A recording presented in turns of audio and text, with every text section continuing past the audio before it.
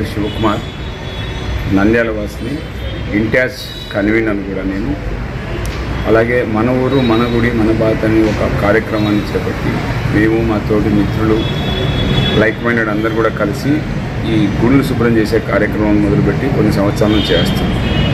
ఆదివారం అనగా నిన్న 15 డిసెంబర్ 2024 గువ్వలకుంట అనే ఒక గ్రామంలో ఒక పురాతనమైనటువంటి శిల్ప సంపద ఉన్నటువంటి బావి ఏదైతే పాడుబడి చాలా ఇబ్బందికరమైన వాతావరణంలో ఉందో అది సోషల్ మీడియాలో చూసి ఆ బావిని మేము వెళ్ళి శుభ్రం చేయడం జరిగింది. ఒక 100 మంది వాలంటీర్లు ఈ గుడి శుభ్రం చేశాం.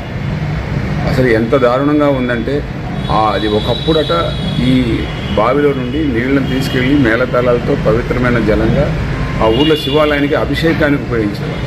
అటువంటి ఈ బావి తాగి పడేసినటువంటి సీసాలు, 100 సీసాలు కొన్ని, ఆ తర్వాత ప్లాస్టిక్ వేస్ట్ వ్యర్థాలు అన్నీ వేసేసి యూరినేషన్ చేసి చుట్టూ కలుపు మొక్కలు పెరిగి బుషెస్ పెరిగి చేసే భాగ్యం లేదు. ఒకటే కోరుకునేది అందరికీ, మన చుట్టూ ఉన్నటువంటి మన పరిసరాలను, మన ఇటువంటి శిల్ప సంపదలు ఉన్నటువంటి ఈ ప్రాంతాలను కాపాడుకోవాల్సిన బాధ్యత మనందరి సమిష్టి బాధ్యత.